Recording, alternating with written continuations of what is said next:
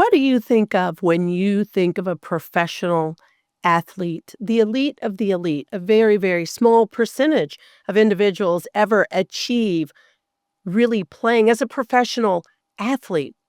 So, why would a professional athlete turn to murder? This is the story of Daniel Serafini. He was convicted of murder, but before that, before the courtroom drama unfolded, there was a different story, a different life. This is the journey of Daniel Serafini, a former MLB pitcher, long before his world crumbled. He was born on January 25th of 1974 in San Francisco, California, and his path to the big leagues began very early. First of all, he was a left-handed pitcher in California, and there aren't a lot of left-handed pitchers, and he was a standout before he even reached high school. In high school, he pitched a no-hitter in a playoff game, and the significance of this was that this was the only playoff no-hitter in the school's entire history. Now, I may not know the ins and outs of professional baseball, but anyone who thinks about this knows this is special. This is a special talent. And of course, probably not surprising, it did catch the eye of professional scouts. Keep in mind that while a single percentage for all baseball players in 1991 who went pro was difficult to calculate, the number is very small. The path to professional baseball, especially in 1991, was highly competitive. And according to the NCAA, only a tiny fraction of players at any level reach the professional ranks. So in 1992, as a high school graduate, he didn't even go to college. He didn't have to play in college because in 1992, his dream became a reality. The Minnesota Twins selected him in the first round of the MLB, the Major League Baseball draft, and he was the 26th overall pick. He was just a simple high schooler stepping on to the world stage. This man, he made the most of his career, and he just continued to excel as a left-handed pitcher.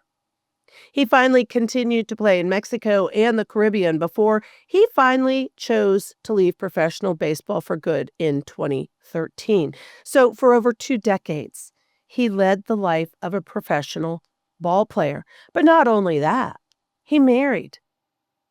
And by all accounts, he had a happy marriage. We're going to learn more about what type of marriage it was, but he had the support of his wife throughout his career. In the life of travel, competition, love, marriage, and the pursuit of his dream, it became a stark contrast to the tragic events that would later define his public story. How could such a financially and gifted athlete that served as a professional athlete explode in horrific violence, causing him to murder his own father-in-law and attempt to murder his mother-in-law as well? The motive, pride. Pride is defined as an excessive love of oneself and excessive beliefs in one's abilities or qualities. It's often considered the root of all other sins. And in this case, the ego was also involved. This is the why behind the crime, the motive. I'm Ashley Willcott. I've been a TV anchor, a judge, a former trial attorney, and I would say that almost every single case I've ever touched over the years intersects with one of the 7 deadly sins: pride, greed, wrath, lust, envy, gluttony, sloth, the opposite of the 7 heavenly virtues, temptations that taken too far turn deadly. This week, we break down the case of a successful professional baseball player, Daniel Serafini, and how the deadly sin of pride resulted in the cold-blooded, brutal murder of his father-in-law and his attempt to also kill his mother-in-law. A little later, I am joined by C.K. Hoffler in our breakdown segment where we go deep on the how and the why of one of the most blatant examples, really, of how financial disputes, probably the best word, and perceived slights when deeply intertwined with personal pride and ego, can escalate to tragic outcomes. Let's get into it. This is the Deadly Seven.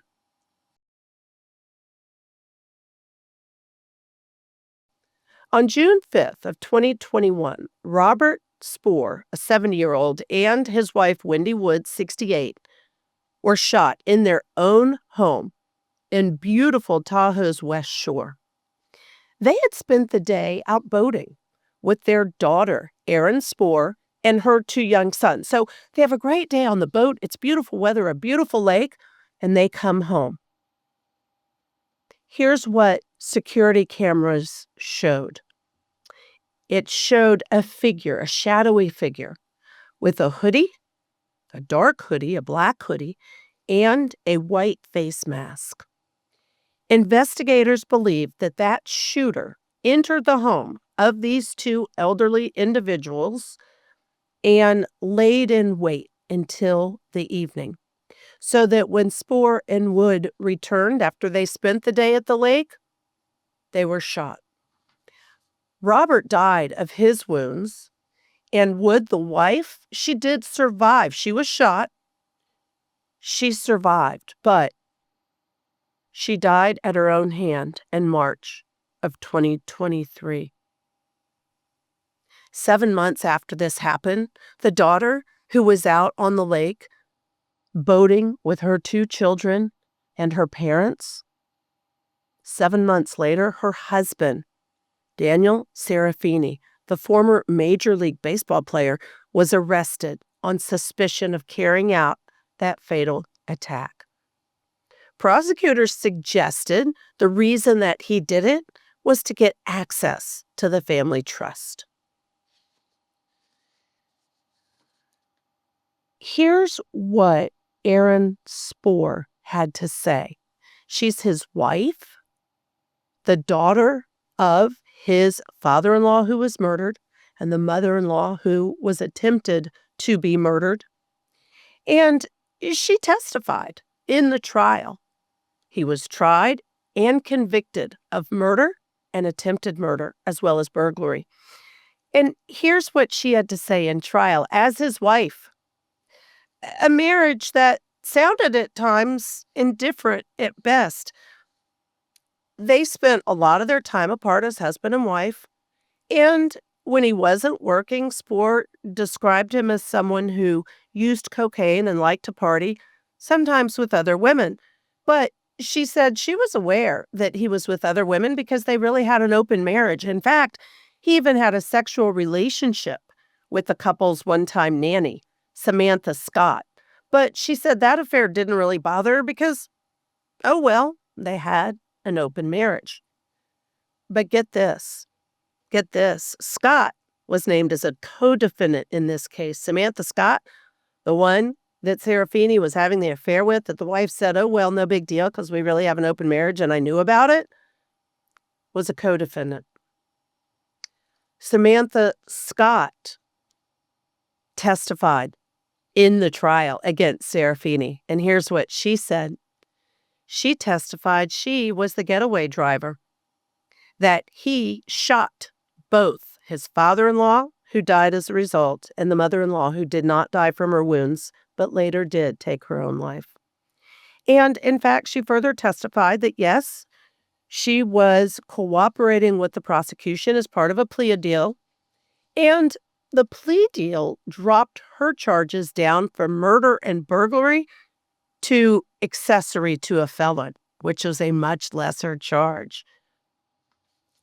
This testimony came in at court, and the wife, Erin Spoor, she later learned, in part through media coverage as this was unfolding, that her husband's relationship with Scott, the co-defendant, was more than sexual.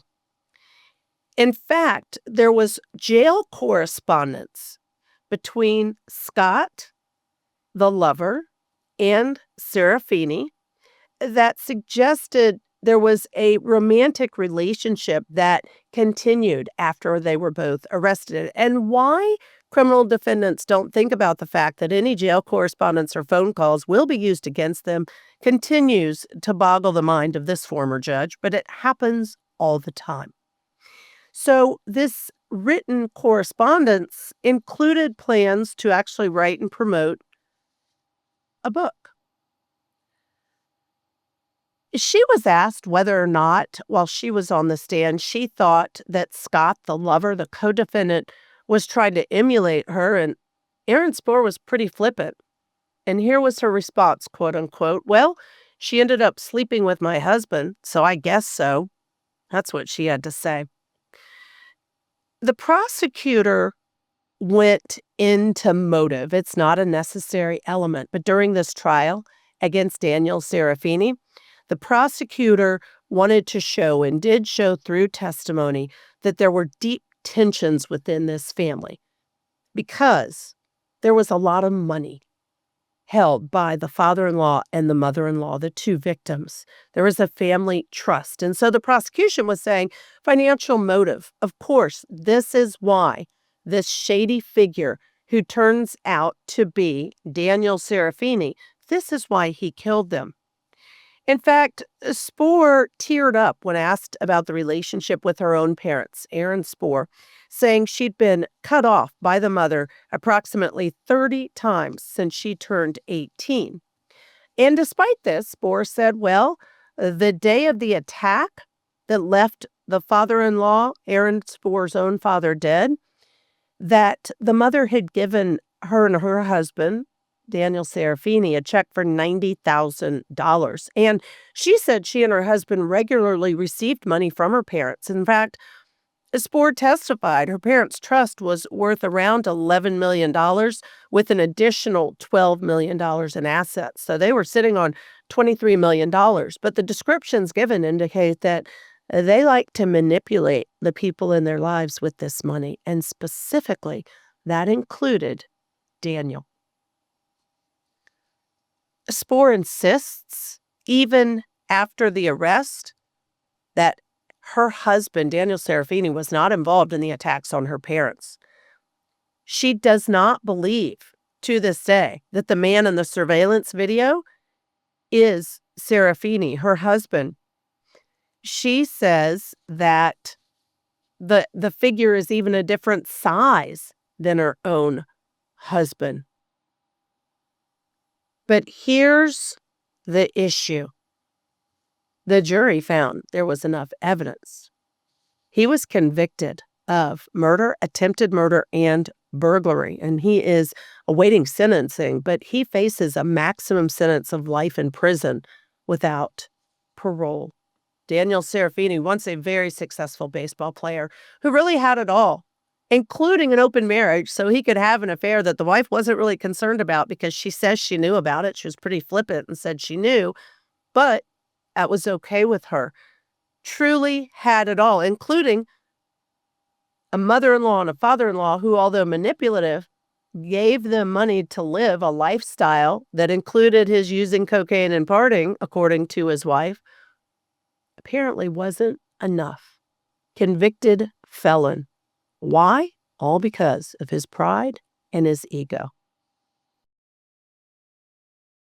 Joining us now is C.K. Hoffler, CEO of the Hoffler Law Firm, but also stands out to me as the past president of the National Bar Association. That is no joke. You are brilliant. I love talking legal with you because there's so many different levels of cases. So let's start in this case. Imagine again, if we could, how does a professional baseball player turn to a convicted murderer? And let's talk about the baseball part. Part of the reason I knew I wanted to talk to you about this case is because you have a knowledge of sports, a knowledge that goes from college sports to professional sports. So tell me, first of all, the reality of how hard you think it is for a high school player in 1990s to be drafted to be a professional baseball player.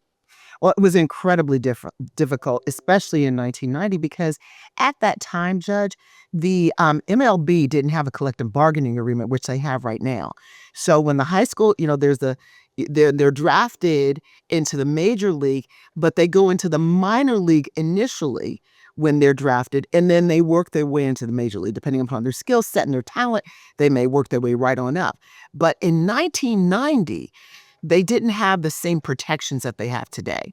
So, and if you could imagine an 18-year-old in 1990 with the little information that we have in terms of how they would have been recruited, the types of things, the knowledge of their families, and all of that kind of thing about the MLB process. It's very new. It's evolving for young kids. So back then, I would imagine that he pretty much was charting his own path, if you will. And that's pretty awesome for someone who's 18 years old. I'm dealing with it right now with a client, and it's like having a full-time huge job at 18 years old. And many of those kids have never worked before, but they have an incredible talent. So MLB is different from other sports, from basketball track, from the football track. A lot of them come right out of high school. They can go right into the league if they're drafted. And some of them go on to college and then hope to be drafted later. So I would say, in terms of his mindset, he's someone who is very, very, very susceptible. I'm just thinking back then, because he's 18 going into a big man space, and he may not quite have the tools to navigate. And the MLB, based on my experience, that's tough business. It's tougher than what college athletes have to endure, and they don't get the NIL money that some of them, and they certainly didn't get it back then because NIL just emerged in 2021. So it's a different league today than it was back then. So I would imagine it was very tough for him. Very tough. But I have to ask you this, as an 18-year-old getting drafted by the MLB, don't you think that would only make your ego grow? I mean, it's a tough world, of course, but I can only imagine that the pride of his own and his ego had to have been inflated at this success as he continues. And then he works through the minor leagues and he has an all-star nod. And then he goes to play in the major league. All of these things to me suggest that that could build an ego and really focus on his pride to make him a very prideful person. I think absolutely, absolutely. And that's what makes this even more complicated, because he immediately, once he was drafted, became a hero in his community. I mean, it's amazing. There are only roughly 600 players that are drafted, under 600 that are drafted. So to be drafted at that age in the country at that time was just amazing. And so I think absolutely it does cause, it more than likely causes his ego to inflate. It more than likely gave him a false sense of security that he will always be in a leadership position in terms of baseball. The difficulty that I talked about is the grind day in and day out in the minor leagues trying to get to the major leagues. So he made it. He made it. But I think it was not without a lot of sacrifice. But I do think, by the same token, there was sacrifice and there was tremendous pride, ego, because he's being pumped up. Because instantly he becomes a folkloric hero, a hero in his community. People are praising him. He's 18. He's made it to the majors. A lot of people don't sweat the details. They don't know you got to go in the minors, then the majors. They don't know all that. They just know he was drafted and they think he's making a lot of money. They weren't actually making a lot of money back then. When they're drafted, not like they're making today. And it's not like they're making huge amounts of money, but they're certainly making more money now than they were in the 90s. So he's got like, it's almost the angel and the devil on his shoulder. He's got this false sense of security and bravado where he is a hero. They're probably doing a lot of marketing and projecting him. But by the same token, he's going through the grind of a really, really tough journey to make it to the majors. So then add to that, he marries Erin Spohr. They have 2 children. Her parents are very wealthy. They've got millions in a trust. They also have millions in assets. And by her own testimony at trial, she testified that really they held that over her and they were very manipulative. And the mother would cut her off and cut her off and cut her off and cut her off, and arguably do it to both her and her husband. And so here Daniel is with parents-in-law who continue to hold it over him. And in trial, CK, the prosecutors argued that Serafini hated his wife's wealthy parents. And in fact, they said he was heard saying he was willing to pay $20,000 to have him killed. Does it surprise you at this argument by the prosecution that perhaps he couldn't handle someone manipulating him with their wealth or attempting to manipulate him with their wealth? It doesn't surprise me. And for this reason: one, he probably was accustomed to a certain amount of manipulation anyway. When you Mm. join any professional team, you become their asset. When they tell you to jump, you've got to jump.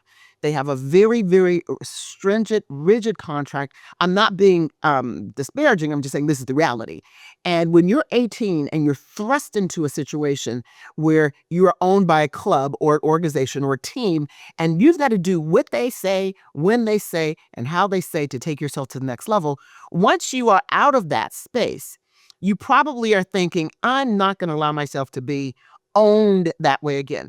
But here he's right back in that situation from a financial standpoint, which is even more tenuous, which is even more traumatic because now he's got a family.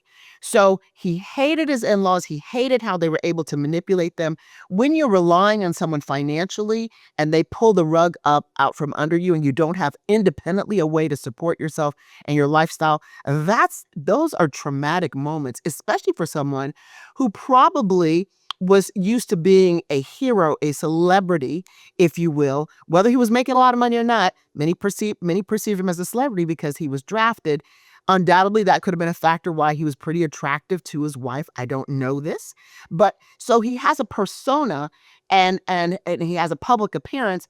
But the reality of it is, her parents are basically controlling and manipulating the finances, and that puts him in an awkward position, a bad position internally. Imagine in his home, his masculinity, I'm imagining, was being challenged every single day by people that he came to despise. So he's in a trauma situation.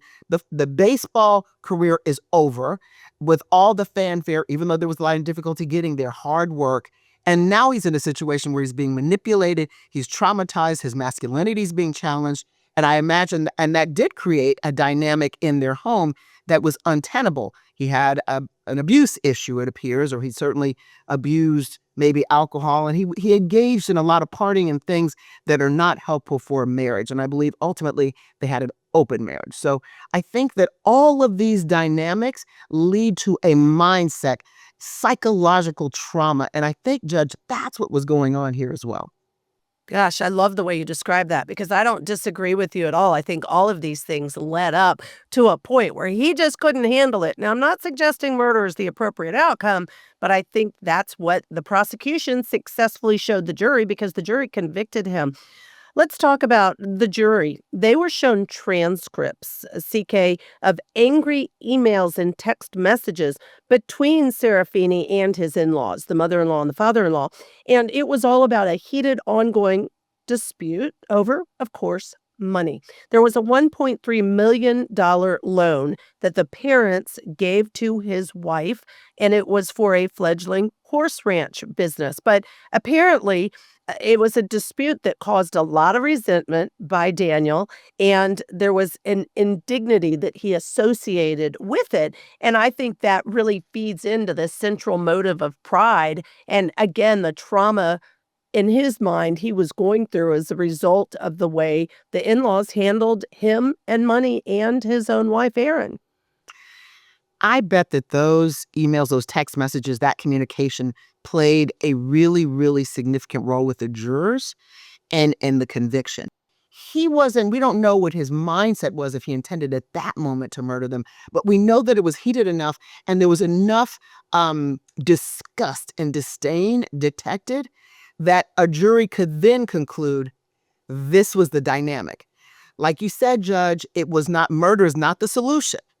But certainly, reasonable people can look at those text messages, look at those emails, or look at that communication and say, this was an accident waiting to happen. He needed to either get out of the situation or they needed to completely remove themselves because something bad is going to happen. There was a path towards that was escalating up, which is more than likely evidence in those communications. And so I think the jury was like, this is it. This is it. This is the motive. They could see that those were his expressions at the time prior to the alleged murders, and they were able to connect the dots. 1 + 1 = 2 for them. Yeah, I agree with you. And here's the thing, as when I was on the bench, it doesn't matter who the person is that is the defendant. There's the presumption of innocence, and then you have a trial.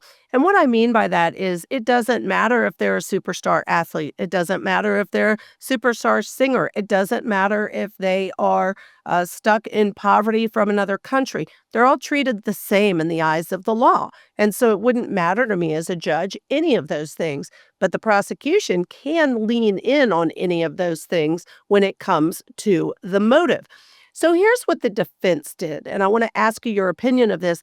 They acknowledged, they leaned into the fact he had a rocky relationship with his in laws because they couldn't really deny that. But their argument was, listen, this couple had been very generous to him and his wife, that they would be generous with loans, lavish vacations, and then it said, okay, so why would he be motivated to kill them? Why would this be the motive? Because it would really be like killing the golden goose. That defense obviously didn't work for the jury, but what do you think of taking that approach as a defense attorney? I think that's risky. And the reason why that's risky, because what they could have done is they simply had to poke significant holes in the prosecution's case. And a lot of times you come up with an alternative. But that was very risky for this reason. I don't know that the evidence, the text messages and all the communication and the interactions and the witness testimony supported that narrative. Evidently, the jury didn't think so. I think that's very risky because he stood more to gain by their death, and getting, or his wife getting all of the money that they had if they died. So if it were a situation where they didn't have money in trust, where they didn't have a lot of assets, they just had a lot of cash on hand and they exhausted that cash and Mhm. gave it to them, that's one thing. But he stood more monetarily to gain from their death. And that's why that argument is very risky and probably didn't resonate with the jurors. What do you think about the fact we have this surveillance video? We know that in the surveillance video, the figure that got into the home and police say laid in wait for the in laws to return after a wonderful day of boating with their daughter and two grandchildren. They come home to meet the demise by the shots fired. The dark hoodie, the white mask on this shadowy figure.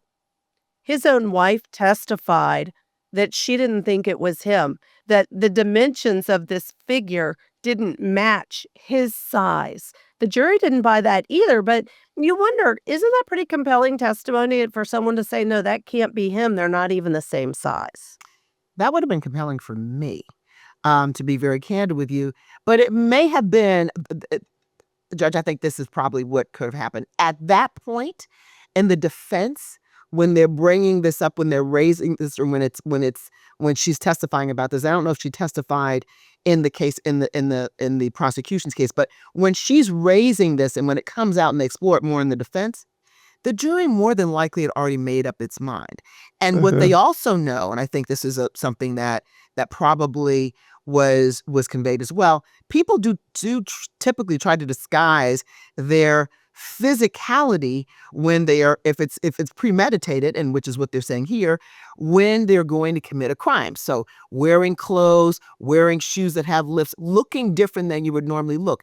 That's not so uncommon, but probably looking at that video wasn't clear enough where you could say, oh, no, that's not him. It'd been different if it were a woman, if he were 7 feet tall and the video showed someone who was 5 feet. I think there were just a lot of gray areas. So when you look at that video as compared to the mountain of evidence, communications and all of that against him, I think the video just probably for that jury was enough.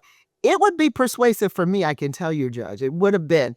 If now the wife saying it, they could think, well, she's changing her mind. The kids, she's biased. It's called bias because she's got an interest with the kids being there. She doesn't want to see, he may have committed the crime or she may or may not know, but she doesn't want to see the father of her children locked up. They had a very tumultuous relationship. They had an open marriage. They had a very, very difficult marriage.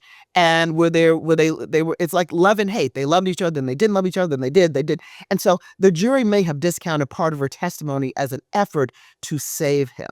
But there had to be that countervailing force, which was probably the mountain of evidence against him. And I think that mountain of evidence really hinged on the fact his lover, Miss Scott, testified for one heck of a deal. She got out of the murder charge, she got out of the burglary charge. And it was in her testimony that we learned, according to her, and the jury must have believed it, that she was the getaway driver, that he went in, he shot them, she waited, she drove away with him in the car. I mean, that testimony, if you choose to believe her, it comes down to the credibility, right, of the different witnesses and which one they chose to believe. And clearly, they chose to believe that he committed this crime. They believe Miss Scott, she was the getaway driver. He laid in wait. He shot them both. His sentencing has not yet happened. That happens on August 18th. He, of course, faces a maximum sentence of life in prison without parole. Now, as a judge, I can say at sentencing, his past in terms of his job, his experiences, that can come in as mitigating or aggravating factors. So we can expect to learn more about those things at that sentencing hearing. What's your prediction? What would you do as a defense attorney at sentencing, and what do you think he might realistically receive?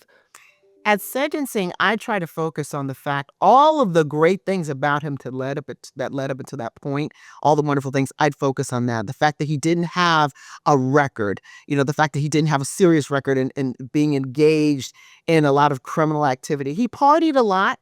Okay, he had an open marriage. It wasn't an ideal situation, but if that's going to be the barometer, a whole lot of people would be locked up. So that I would focus on all of the wonderful things, the children, all the good things that he's done over the years in the community. When you are a professional athlete, which is what he ultimately was, you do a lot of community engagement. There are a lot of people that could speak for that community engagement. So the impact statements for him, I would focus on that, because basically what you're doing is he's already been convicted. You're begging the court for leniency, not life in prison without the opportunity of parole, but you want to get maybe a lighter sentence, something that reflects that he may be able to be rehabilitated. He snapped. He had a bad moment. He had a trauma leading up to all of that kind of stuff. People who there are witnesses that are going to testify for him that will say that he was a wonderful person and this and that and this and that and that and this. So I would really go a traditional route with that, because what you're doing is you're begging the court for leniency, because the evidence, the judge, now this is the thing that's really interesting, a judge, this, the judge does see more evidence than what's going to the jury, because the judge will have to make decisions on motions, and some of the evidence doesn't go to the jury. And the judge is not supposed to consider that evidence. And judges, I have infinite respect for them. I'm sure that they may not, but you can't unlearn certain things. When you're sitting in the trial, you're watching the jury, you're watching the evidence that comes in, you may be ruling on it, but make it as a matter of law, but you're also watching the dynamics. So at the end, the sentencing with the impact statement, the defense hopefully can position itself just for leniency. He's going to get some time, because he killed not one person, but more than one person. But it's just a question of how much will he ever be able to get out? Well, can there be a relationship established with his children? Children are very, very compelling a lot of times for the person who is imposing the sentence, whether it's a judge or a jury, because that person, you want to believe that their child could establish a relationship. It could help the children. So it ceases to also be just about that person, but about the next generation. How are they going to heal? You don't want to have another generation of people who are psychotic killers.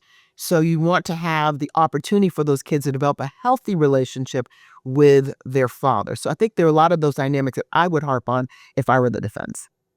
And, to your point, there are so many things that don't come into evidence because, as a judge, they have to decide, is it relevant or not? If it is relevant, is it more prejudicial than probative, in which case it can't come in? So you're right, the judge knows more than the jury is going to know. But also with the sentencing, part of what I was thinking about when you were saying that, it's a little bit of the P. Diddy defense that was successful for him, which is open marriages aren't illegal. P. Diddy, they leaned into it and said, you may not like what he was doing with a lot of different people in all of these situations that he would have, but it's not illegal in and of itself. Same with this man. The things that he was doing, not necessarily illegal. You just may not like it. Now, theoretically, the judge takes into account, it doesn't really matter if you like it or not. It's more of the legality of it, and specifically doesn't meet the standard to be considered as either a mitigating factor for the defense or an aggravating factor for the prosecution to determine what kind of sentence the court's going to impose. We're going to look forward to that sentencing. I can't thank you enough, C.K. Hoffler, first of all, for your brilliance, as always, but secondly, your knowledge specifically of Major League Baseball, because it makes a difference in this case. Well, thank you. This has been great. I think I told you I first represented Roger Maris's family and in a breach of contract case against Anheuser-Busch in the early 2000s. So baseball, I just didn't realize how much of as a lawyer, I've been entrenched in baseball and now representing a young man. And also I'm representing a young woman who's a college athlete who's playing softball. And, so I'm really in that space, but it just is kind of coincidental. And so I do have an appreciation for some of the dynamics that he probably confronted early on. It's a different world, I can tell you that. It's a different world, and I think that's the part we have to keep in mind. It shouldn't result in murder. But again, I suspect a lot of that you have knowledge of, that you've shared with us today, is going to come out in a sentencing hearing. Thank you so much, C.K. Hoffler.